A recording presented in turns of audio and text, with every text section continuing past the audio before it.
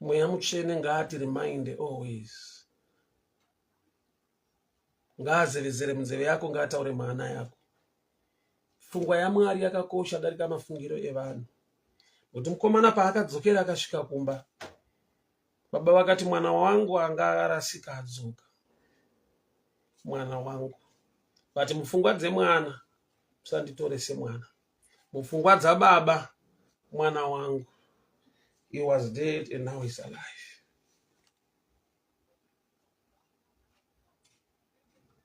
(22) But the father said unto his servants, bring forth the best robe, put it on him, put a ring on his hand, shoes on his feet, and bring hither the fatted calf, kill it, and let us eat and marry. For this my son was dead. So Paganzi he came back to himself. Ari kuoperate as a dead man. Wakafa mukuziva. Vanotaura shona vanoti kusaziva kufa. My son was dead. So pane level yekufunga ya dead man. Uyu anga akafa.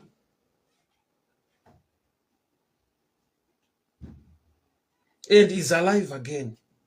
He was lost and is found. And they begin to marry.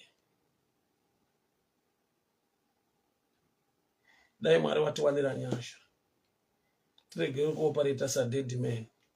Nokuti ariko akatifira kuti tive neupenyu. And my son was dead, is now alive.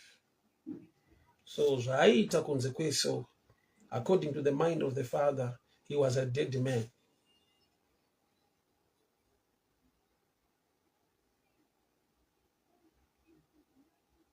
We need to know the mind of God.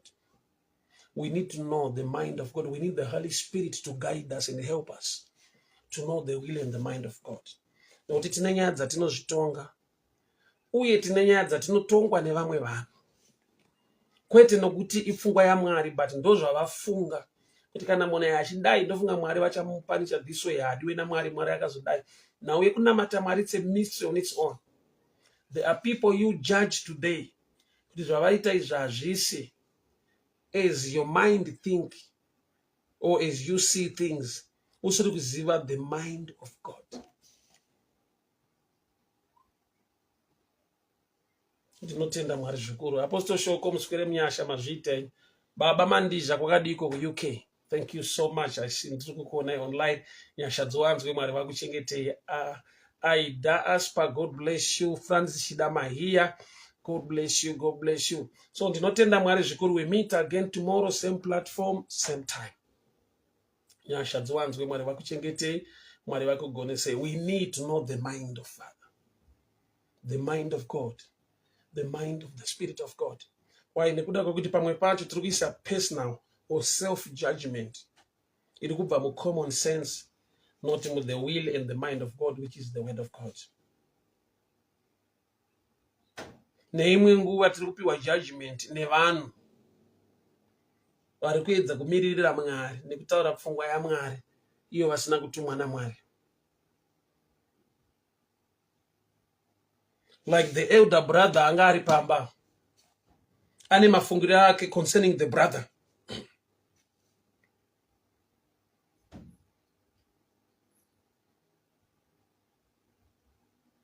Inzwa verse 30, the elder brother achitaura.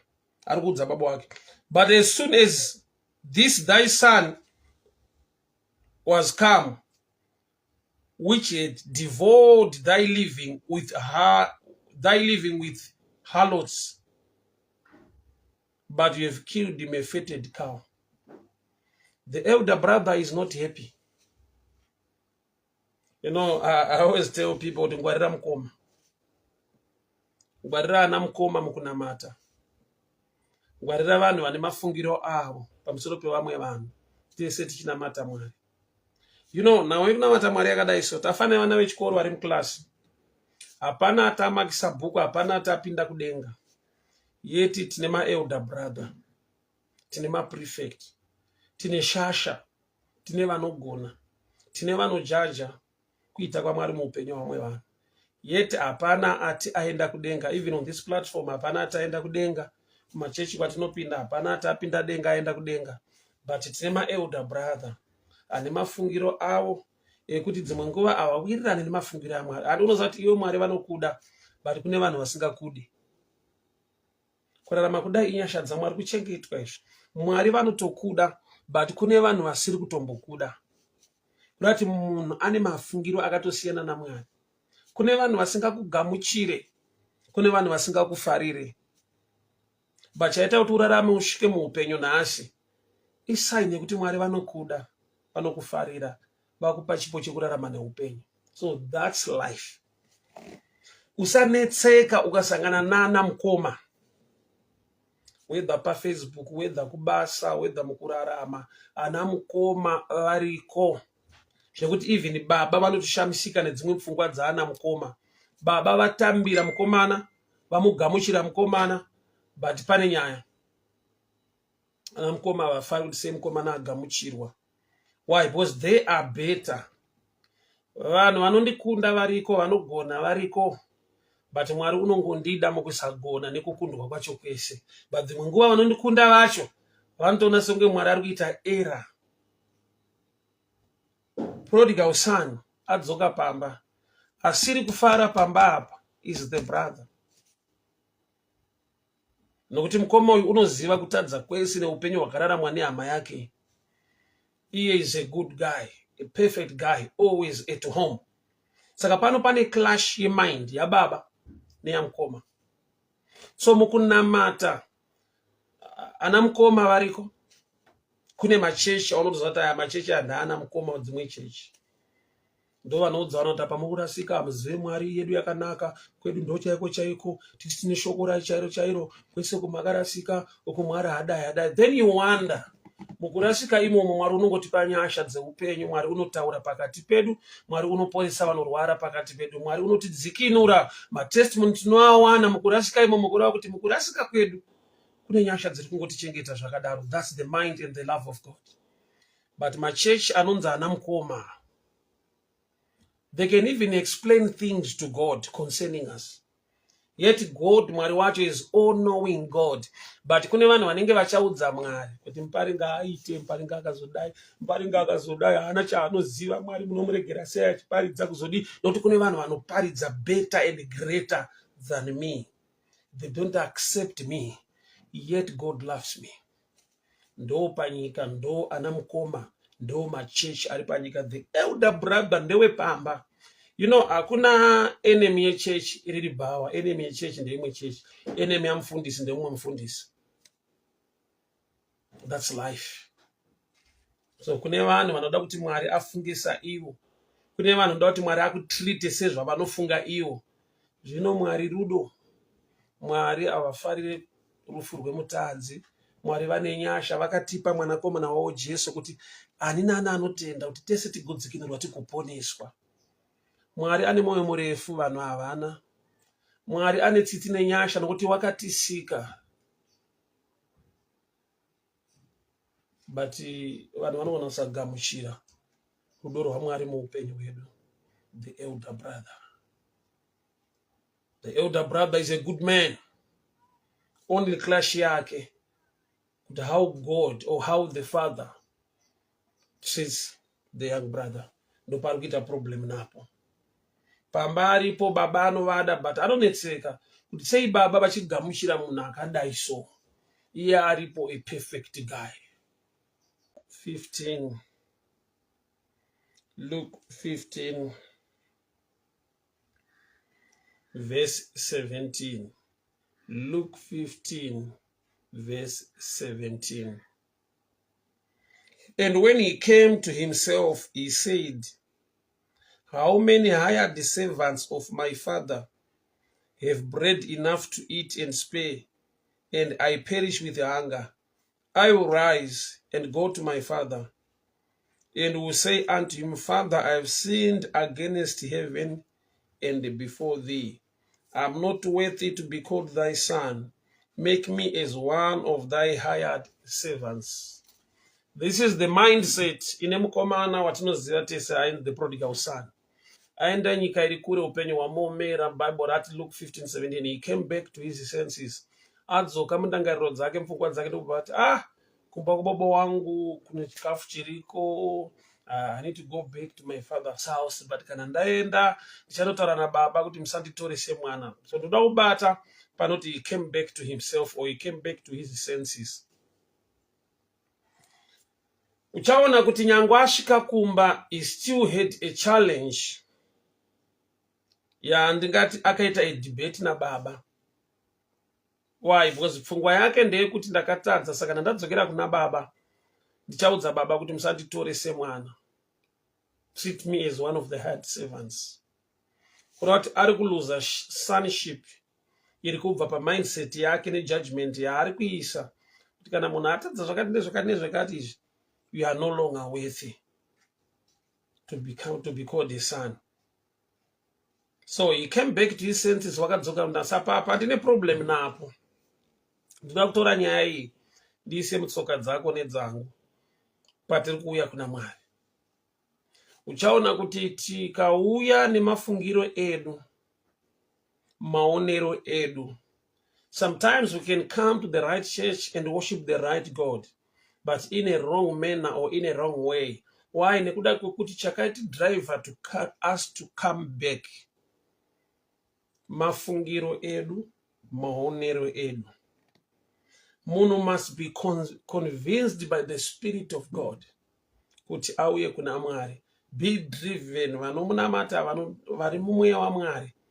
Those who are led by the Spirit are the sons of God. Kurati the leadership of the Holy Spirit in your life, vanotungamirirwa nemweya ndivo vana vaMwari. Those who are led by the Spirit. So mukomana wenhau yandaverenga weprodigal son is being led nesituation yaasangana nayo, zvekuti anyatsotsanangura nyaya yechingwa. When he came to himself, he said, how many hired servants of my father have bread enough to eat, and here I perish with hunger. So he is a hunger driven to go back home. That's why he came back to his senses, the natural realm, the natural understanding. Ndokubva aona kuti pano nhau yezvekudya nhau yechingwa chandiri kutambudzikira kushaya panapa. Varanda vekumba kwedu, hired servants, have enough bread. So bread is the number one key for the boy to go back. Number two, sin inezvayamuudza is now sin conscious. Haataure rudo rwababa, anotaura kutadza kwake. I will rise and go back to my father, and I will say unto him, Father, I have sinned against heaven and before thee. I am not more worthy to be called thy son. Make me as one of the hired servants. So number one, chiri kumudriver back is bread. Nzara yambata, upenyu waoma, ndokubva ati rega ndiende kuna Mwari, rega ndidzokere kuna baba. So the push factor mulife yake to go back is bread, which means dai akawana bread from somewhere. Kadai pakaita vanhu vakaprovide chingwa muroad achidzokera kuna baba, truly hakuna kuna baba kwaaizoenda. Zvakaoma pamunhu anochengeta, pamunhu ane mukaka, anowana mukaka nenyama zvemombe, kuti azvipinze bhizi kuchengeta mombe kana achigona kuwana beef kana mukaka. Ari kungowana mukaka nenyama. Vhangeri rekuti achengete mombe rinogona kumubohwa nokuti anogona kutozviwana izvozvo asina mombe yaari kuchengeta. What am I trying to say? Hunger was the key to drive this boy back home. Hunger was the drive iri kudzora mukomana uyu kuna baba. Zvanzi kumba kwa baba wangu, nyangwe varanda vari kumba kwedu, they have enough bread. So ndoda kuti ubate panoti bread.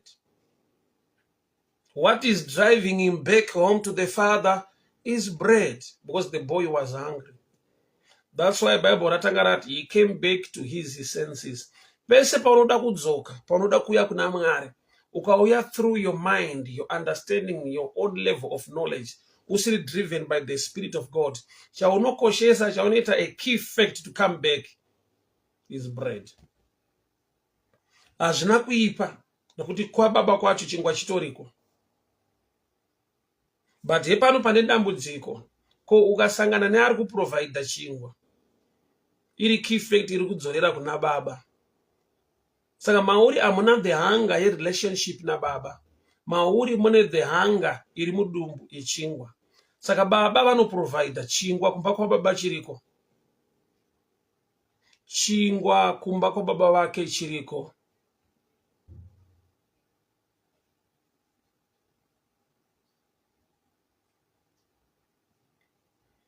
Saka ari kuti I'll go back to the father. Number 2, atarisa situation yake, ndokona shuwa ndakatadza. Ndobva atanga kuita sekunge munhu ari kurizena, arikuda kutaura fact iri pachena yekuti baba kana ndakatadza kudai so, musanditore semwana, make me like one of your hired servants. Sonship haisi kuluzika nekuda kwesini, but understanding yake ndo yaaluza kuti kumbova mwana yaiva good character here, kwaiva kugonera baba here, kana kuti it's all about the blood. Sonship, relationship, ukama hune chekuita neropa. So mukomana wesubject yeropa haasi kuitsanangura, abata pacharacter kuti kana ndakadai ndikabhaiza ndikadzokera kuna baba ndichavasimbisa nemazuva aya kuti musanditore semwana. Mazwi anenge kuzvininipisa ari mazwi ekuzviomesera uye anotaridza kurasika. Hauti ndiwo watadza nyaya wopinda mukoti wochitsanangurira magistrate matongero aanga akuita iwewe, kuti ashwanda bhaiza ndaita zvinhu ndisingaite tindipai kana 30 years kujeri kana kuti ndiurayei. No. Dambudziko riripo, challenge hombe iripo, ndeyekuti ari kutonga ega nyaya yake kuti baba ndakatadza musanditore semwana. So ari kuluza relationship. Say akuda kuluza relationship, he is being driven by hunger. He is being driven by hunger. Driver back home is bread. So whenever your focus and your drive is on things, it doesn't matter nyaya relationship to you, as long as you can get things. But the opposite is the greatest thing. A relationship is greater. Zvekuti inokuoffer zvaunofungidzira kuti unozviwana outside the relationship as a servant. Nhamo ndeyekuti servant nemwana vakasiyana. Muranda anoshandira chingwa, mwana anopiwa chingwa nokuti ari kushandira nababa wake muzvinhu zvavo, muzvinhu zvake nababa wake.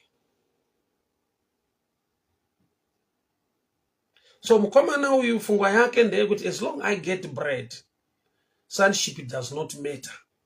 Musanditore semwana, nditore semuranda. Why? Is driven by bread. Relationship ari kunzwa kusaida. Yet chakaita kuti uve mwana, inyaya kuti wakaberekwa ndo baba vako, ropa riri muna baba ndo ropa riri mauri. But sin, distance yaafamba, environment yaaswera, mafungiro ake ndo amuudza kuti you can go back. But vaudze kuti musanditore semwana. So iyo statement ndinoitora sekunge iprayer line yemumwe munhu yaanogona kunamata achibata. Handikodzere pamberi penyu, handisi chiro pamberi penyu, ndakumbira tsitsi nenyasha dzenyu. Pane mazwi anenge kuzvininipisa, ari mazwi anotaridza kuti you don't understand relationship yako naMwari kuti yakauya sei.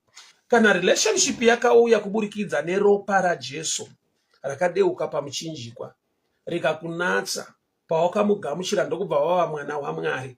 Kora relationship yakauya through blood.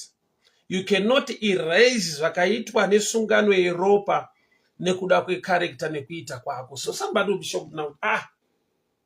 Saka ndinoramba ndiri mwana waMwari, ndatadzira Mwari. Hande ku the Lord's prayer. Baba, ndiregerere zvandakutadzira, zvatinokutadzirai, sekuregerera kwatinoita vanotitadzira. So mune kutadzirwa, mune kutadza. Uri munamato waitwa nemwana kuti baba vedu vari kudenga. So the devil rejoices now.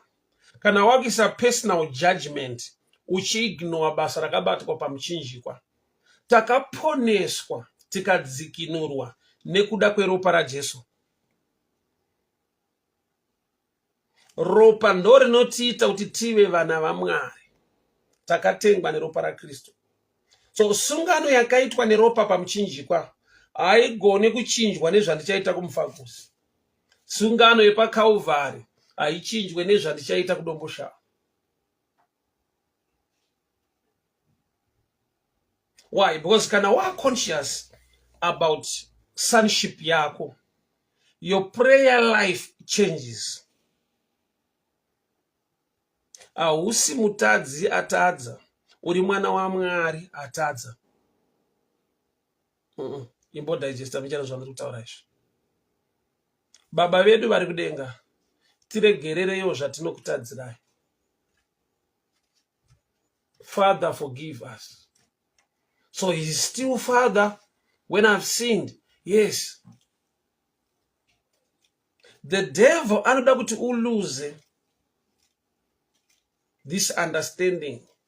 Zviite sekunge you try to do things to become a child of God. Iyo nyaya iri yekuti you believe pabasa rakabatwa naJesu pamuchinjikwa ukava mwana waMwari. Chichimira ndimboita a little bit deeper. Takava vatadzi ndisati nambobata mabasa nekuita anything.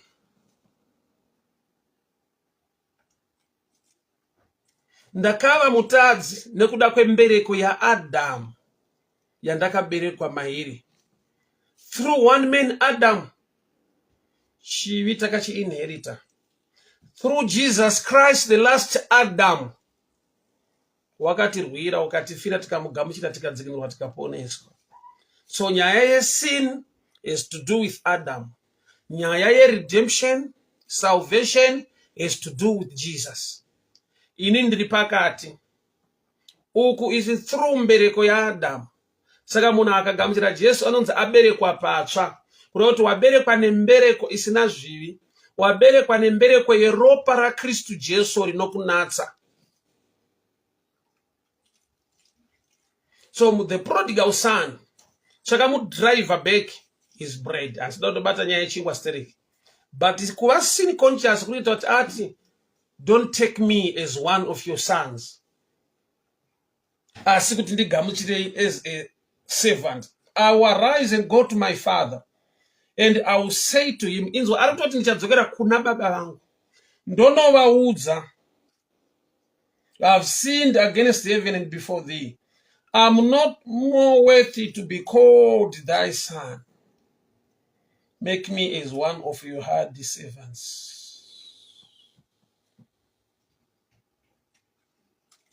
So arikuluza sonship nekuda kwe weird life, nekuda kwe sin life yaakararama. Ndo zvamu mind make. So when you worship God with a common sense, usiri led by the Spirit of God, unema errors seyewayo ekuita sekunge urikuita munamato wokuzvininipisa, urikuda kuzvidzikisira, yet une chiremerera chawakapiwa muna Kristu. Vese vakamugamuchira akavapa simba kuti vanzi vana vaMwari. So challenge yatinayo ndeyekutadza kuinterpreta basa rakabatwa pamuchinjikwa naJesu muupenyu wangu. Why? Because munamato wemwana, declaration remwana, kodzero dzemwana pamba, rega ndidownload ndiye muhuman life. Mwana wepamba ane kodzero dzake mbaimo muno kuti mwana wemo. Ropa rake nerababa rimwe chete.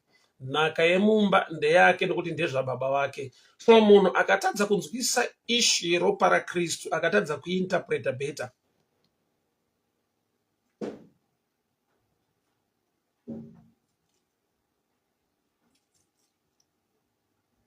Munhu akatadza kuinterpreta basa rakabatwa pamuchinjikwa, oti kana ndadai handisi mwana waMwari, kana ndadai Mwari haachandida. Zvoreva kuti pane zvawaimboita zvaiita kuti Mwari vakude, vakuite mwana. Yet to be honest, hakuna chandakagona kuti Mwari vandide ndive mwana wavo, asi kuti Jesu ndiye wakagona on my behalf. Ropa nemvura zvikayerera pamuchinjikwa, vakamugamuchira vose ndokubva vaponeswa, ndokubva vava vana vaMwari. So umwana hwakauya nekuburikidza neropa raJesu, pasina chaitwa neni, asi kuti nekuda kwebasa rakabatwa naJesu pamuchinjikwa. So ukaopareta common sense dzako, when he came back to his senses, when he came back to his mind, when he came back to himself, ndo paakataura ndi self ari kutaura izvi, asi Holy Spirit mumind yemukomana. So I want to do a prayer with you this morning. Mweya mutsvene nditungamirirei, mweya mutsvene ndigonesei, mweya waMwari ndipei kuziva nekunzwisisa. Why? Nekuda kwekuti ukanamata uri muself, mumasenses, your own level of thinking, you miss a lot. That's why Bible rangu lichiti Romans 12:2, your mind must be renewed by the word of God. Pfungwa dzenyu ngadzivandudzwe neevhangeri. Nokuti pfungwa dzedu dzine mafungiro adzo. Kuti kana ndadai ndofunga Mwari havandide, asi ndikadai ndofunga ndagonera Mwari. Ndikaita ichi, saka zvakanaka zviri kuitika, bo ndiri kuita zvakati nezvakati. It's good to be a good person, but the best of all, basa rakabatwa pamuchinjikwa naJesu on your behalf, ropa nemvura zvikayerera zvikatinatsa tikava vana vaMwari. So a done deal yebasa rakaitwa paCalvary harigone kusubstitutwa nekubviswa nekuti pane zvandakaita. Samukomana uyu atarisa kutadza kwake kwese, ndokubva ati apa ndikodzere kuva mwana. Usatonga nyaya dzako, pinda mushoko raMwari unzoti vanoti kudii. Ndakaenda padaitora license around 2012 padainotora license redriving. Kwaiva nemutemo wokuti kana wakurevhesa uchida pinda madhiramu, ukaona kuti ndinenge ndatoita mistake ndokona kusanyatsopinda, waipiwa kodzero, I don't know mazuva ano, maybe twice, yekusumudza ruoko rwako kuna instructor to start again. Waisumudza ruoko rwako kuna instructor to start again.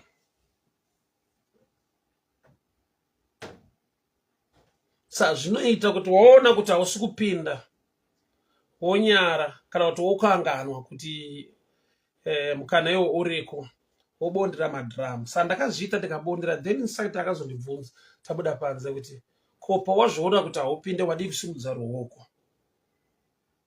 Kati nandazvikanganwa. Mweya mutsvene ngaati remind always basa rakabatwa pamuchinjikwa. Mweya mutsvene ngaati remind always. Ngaazevezere munzeve yako, ngaataure mahana yako. Pfungwa yaMwari yakakosha darika mafungiro evanhu. Kuti mukomana paakadzokera akasvika kumba, baba vakati mwana wangu anga arasika adzoka. Mwana wangu. Vati mupfungwa dzemwana musanditore semwana. Mupfungwa dzababa, mwana wangu, he was dead and now he's alive.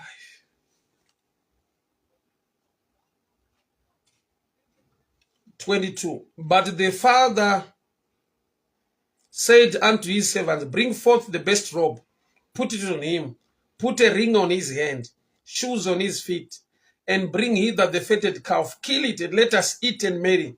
For this my son was dead. So paakanzi he came back to himself. Ari kuoperata as a dead man. Wakafa mukuziva.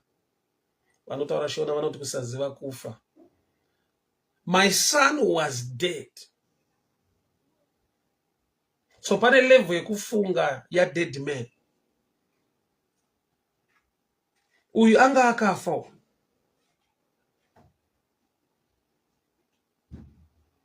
And is alive again. He was lost and is found.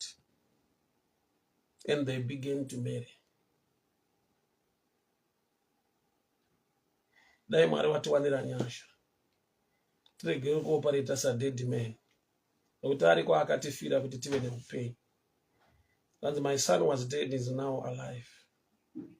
So zvaiita kunze kweso, according to the mind of the father, he was a dead man.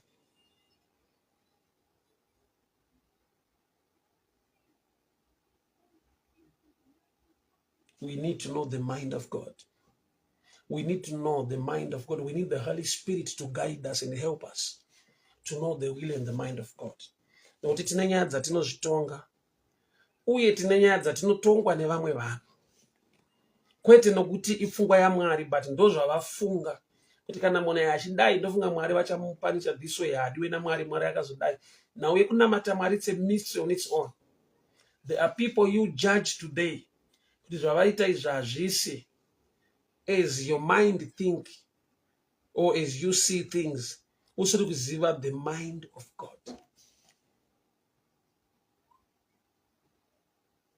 Ndinotenda Mwari zvikuru. Apostle Shoko muswere munyasha mazviita. Baba mandizha kwakadiko ku-UK. Thank you so much. I see ndiri kukuona online.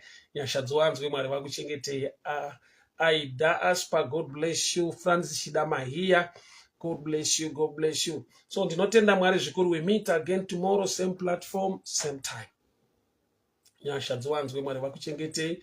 Mwari vakugonesei. We need to know the mind of Father. The mind of God. The mind of the Spirit of God. Why nekuda kwokuti pamwe pacho tiri kuisa personal or self-judgment. Iri kubva mu common sense, not with the will and the mind of God, which is the word of God. Neimwe nguva tiri kupiwa judgment nevanhu vari kuedza kumiririra Mwari nekutaura pfungwa yaMwari, iyo vasina kutumwa naMwari. Like the elder brother anga ari pamba, ane mafungiro ake concerning the brother.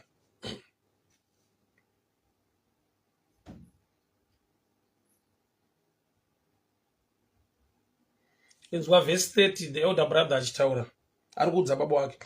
But as soon as this thy son was come, which had devoured thy living with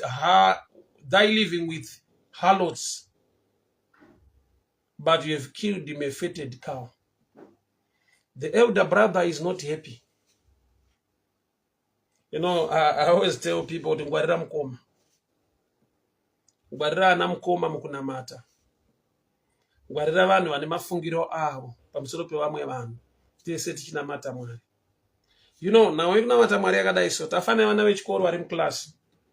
Hapana atamakisa bhuku, hapana atapinda kudenga. Yeti tine ma-elder brother, tine ma-prefect, tine shasha, tine vanogona, tine vanojaja kuita kwaMwari muupenyu hwamwe vanhu. Yeti hapana ati aenda kudenga. Even on this platform hapana ataenda kudenga.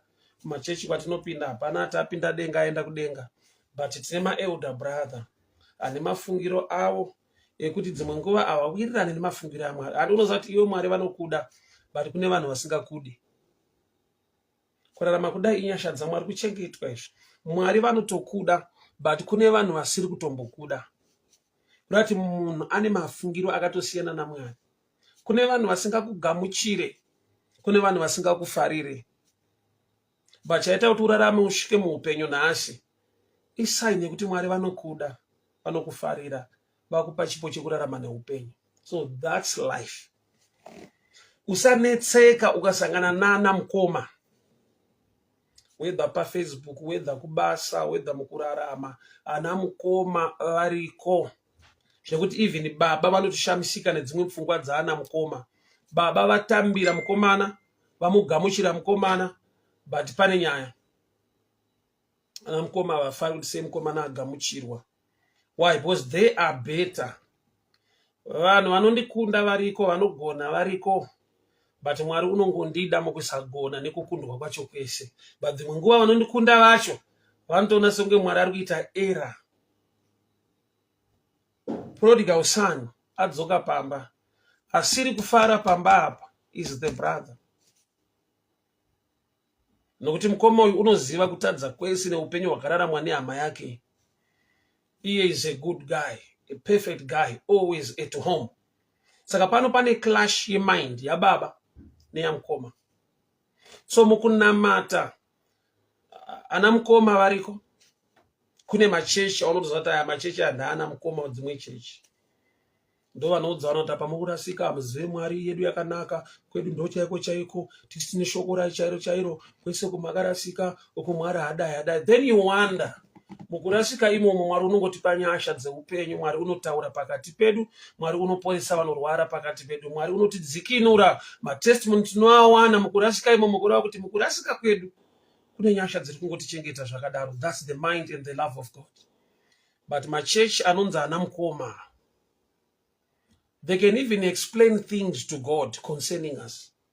Yet God, Mwari wacho, is all-knowing God. But kune vanhu vanenge vachaudza Mwari kuti Muparinga aite, Muparinga akazodai, Muparinga akazodai, haana chaanoziva, Mwari munomuregera sei achiparidza kuzodii? Nokuti kune vanhu vanoparidza better and greater than me. They don't accept me, yet God loves me. Ndo panyika, ndo ana mukoma, ndo machechi ari panyika. The elder brother ndewe pamba.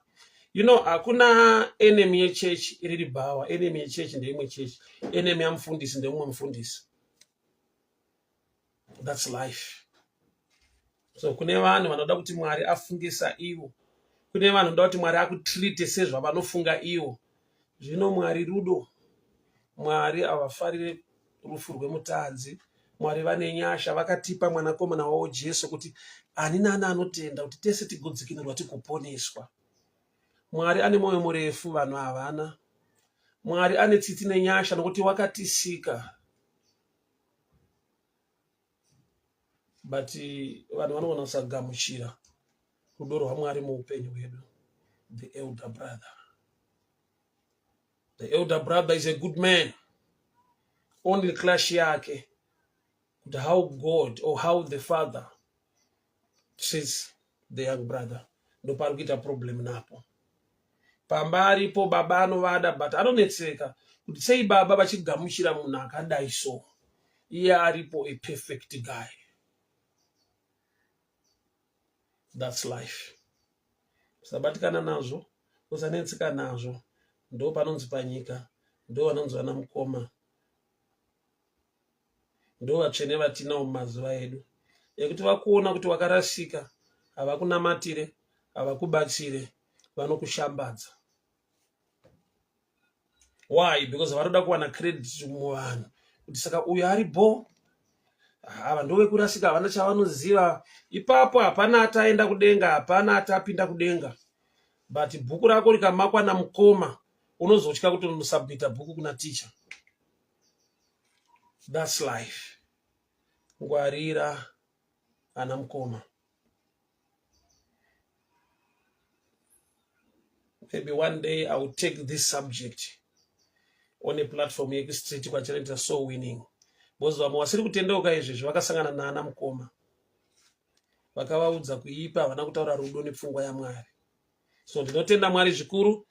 Chera chenyasha, mama wangu makadiko, muri seiko, Mwari vakuchengetei. Francis Chidamaiya, Agnes Chimeri, Spencer Tauro, Victor Munikwa, Pavel Marowa, Francis Chidamaiya. Hama dzangu ropafadzwai, nyasha dzaMwari dzikuchengetei, nyasha dzaMwari dzikugonesei.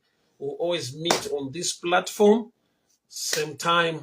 Nyasha dziwanzwe, Mwari vakugonesei. Mwari vakuchengetei, Mwari vakuchengetei zvikuru. Father, I pray over the viewers. I speak blessing, protection and favor in the mighty name of Jesus. Vana venyu ngavadzikirwe nokuponeswa. Favor yenyu ibate mukati maupenyu hwavo.